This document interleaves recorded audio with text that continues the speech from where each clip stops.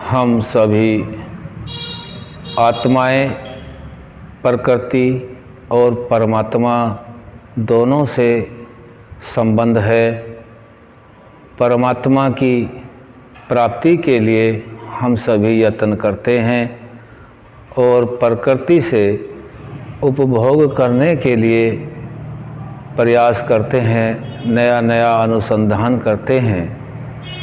परमपिता परमात्मा को प्राप्त करने के लिए नया अनुसंधान की आवश्यकता इसलिए नहीं है। परमपिता परमात्मा ने अपना जो ज्ञान है वेद के माध्यम से ऋषियों के अंतःकरण में साक्षात्कार करने के बाद मनुष्यों को प्राप्त हुआ है। उस परमपिता परमात्मा की प्राप्ति के लिए प्रकृति से भोग करते करते ही उसकी एक विधि ऋषियों ने हमें संध्या दी है। संध्या अर्थात संधि। संधि दो ही वेला में होती है, प्रातः काल और सायंकाल। रात्रि की समाप्ति हो रही है, दिन का आगमन होता है, एक संधि हो रही है और सायंकाल में दिन समाप्ति की ओर है, रात्रि का आगमन है। 24 घंटे में ये दो ही संधि वेला हैं। इन दोनों ही संधियों में परमात्मा का ध्यान करना, उससे संधि करना संध्या कहलाता है। ये केवल प्रातः और शाम दो ही बार करें। विधि किस प्रकार से बताई है, वह विधि संध्या में इस प्रकार से है। अपनी सर्वोन्नति करने के लिए वेद ज्ञान के द्वारा ऋषियों के दिए रास्ते के अनुसार ही हमें संध्या करने से पूर्णतया लाभ मिलता है। सर्वप्रथम हम गायत्री मंत्र का उच्चारण करते हैं। यह आज संध्या का भावार्थ पर हम विचार कर रहे हैं। पूरी संध्या का भावार्थ आगे जो भी कार्यक्रम होगा, आगे वीडियो में संध्या एक एक मंत्र के द्वारा समझाई जाएगी। अथ संध्या का भावार्थ। सर्वप्रथम गायत्री मंत्र से परमपिता परमात्मा के स्तुति, प्रार्थना और उपासना करना। उसके उपरांत मंत्र सन्नो देवीरभीष्टय, वह परमात्मा अभीष्ट सिद्धि की प्राप्ति के लिए, हमें मोक्ष सुख में जाने के लिए हमारे ऊपर सुखों की वर्षा करे, इस प्रकार का मंत्र है। ये दोनों प्रार्थनाएं परमपिता परमात्मा से करी गई हैं आत्मा के द्वारा।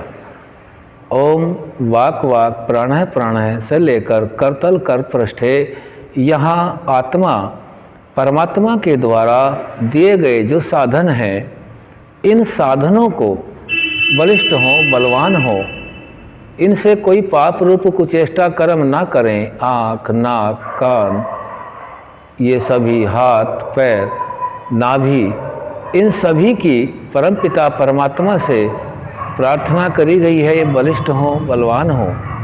आगे मार्जन मंत्र रखे गए हैं। हे परमपिता परमात्मा, आप संपूर्ण सामर्थ्य से युक्त हैं, पवित्र हैं। हमारे सभी अंगों को पवित्र कीजिए।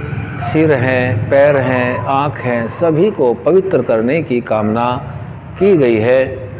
और यहाँ तक हमने अपनी कर्मेंद्रियों, ज्ञानेंद्रियों और शरीर के अन्य तत्वों को पवित्र करने की बात यहाँ तक इन मंत्रों के द्वारा रखी है।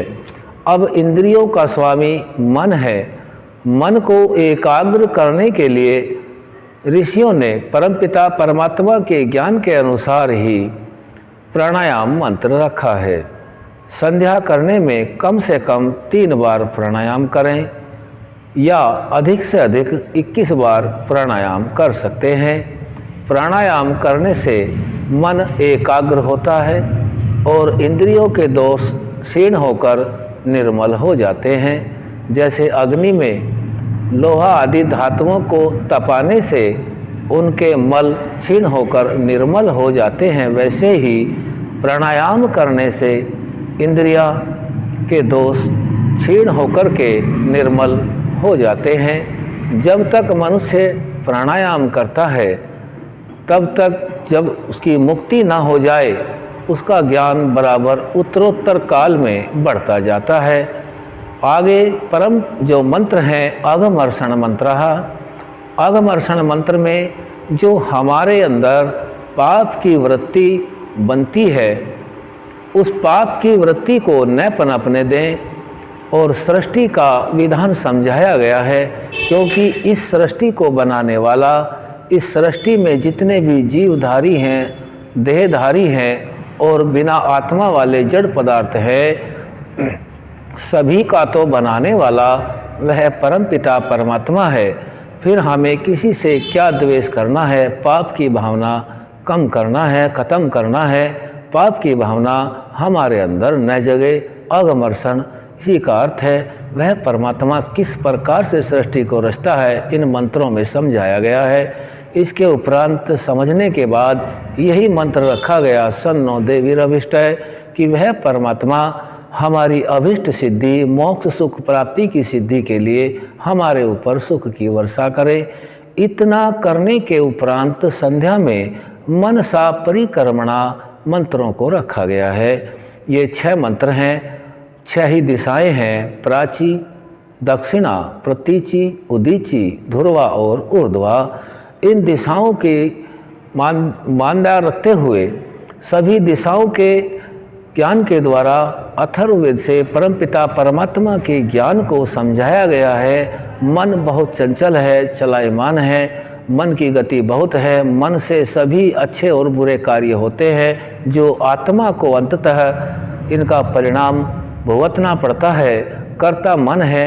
मन भी आत्मा के ही गुणों से प्रेरणा लेकर के कार्य करता है, क्योंकि मन तो जड़ है और आत्मा चेतन है। आत्मा के गुणों से ही प्रेरित होकर के मन कार्य करता है। इसीलिए सभी कुछ आत्मा को ही भोगना पड़ता है। अन्य अन्य शरीरों में आत्मा जाता है।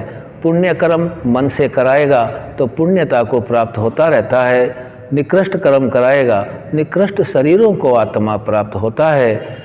इसी प्रकार से विचार करते हुए हमें मनसा परिक्रमणा मंत्रों में परमात्मा के गुणों का ध्यान करना है।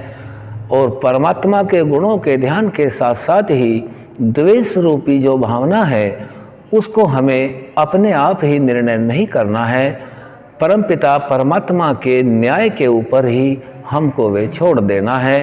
परमात्मा अंततः जो भी परिणाम करेंगे, जितना जितना हमारी परमात्मा से निकटता होगी, उतना उतना ही हमारे अंदर प्रसन्नता, सुख आदि समृद्धि बढ़ती जाएगी। इसके उपरांत उपस्थान मंत्र रखे गए हैं। उपस्थान अर्थात समीप बैठना, उप माने समीप, स्थान माने बैठना। परमात्मा के समीप ऐसा विचार करके बैठना है। यहाँ तक मनसा परिक्रमणा मंत्रों का उच्चारण करने के बाद उपस्थान मंत्रों में ऐसा ही विचार लेकर के आना है, मैं परमात्मा के और परमात्मा मेरे अति निकट है। ऐसा विचार करके अर्थ सहित इन मंत्रों का विचार करना है, क्योंकि हमें परमात्मा की तरह पवित्रता की ओर बढ़ना है, मोक्ष प्राप्त करना है, उसका सानिध्य रखना है, आनंद में रहना है। आगे फिर गायत्री मंत्र रखा गया है। गायत्री मंत्र का वही अर्थ जो पूर्वार्ध में बताया जा चुका है। और इसके उपरांत यहाँ रखा गया है, ओम हे परमेश्वर दयानिधे भवत कृपया नेन जपोपासना आदि कर्मणा धर्म अर्थ काम और मोक्ष। धर्म, अर्थ, काम और मोक्ष ये समर्पण मंत्र है। अपने आप को समर्पण करना है कि धर्म के अनुसार ही अर्थ कमाना है। धर्म के अनुसार अर्थ कमा कर के जो काम है, उस काम को हमें पूरा करना है। मोक्ष, तीनों कार्य धर्मानुकूल होने के बाद हम मोक्ष की प्राप्ति कर सकते हैं। इसके उपरांत परमपिता परमात्मा से प्रार्थना करते हुए नमस्कार मंत्र रखा गया है। नमस्कार मंत्र में वह कहा गया है कि वह परमात्मा हितकारक है। उसकी कृपा के बिना हमारा कोई भी कार्य हितकारी नहीं हो सकता। वह परमात्मा कल्याणकारी है। कल्याणकारियों में जाने के लिए वही परमपिता परमात्मा हमें प्रेरणा देता है। वह परमात्मा मंगलकारी है। वही परमात्मा हमें मोक्ष तक जाने का रास्ता भी दिखा देता है।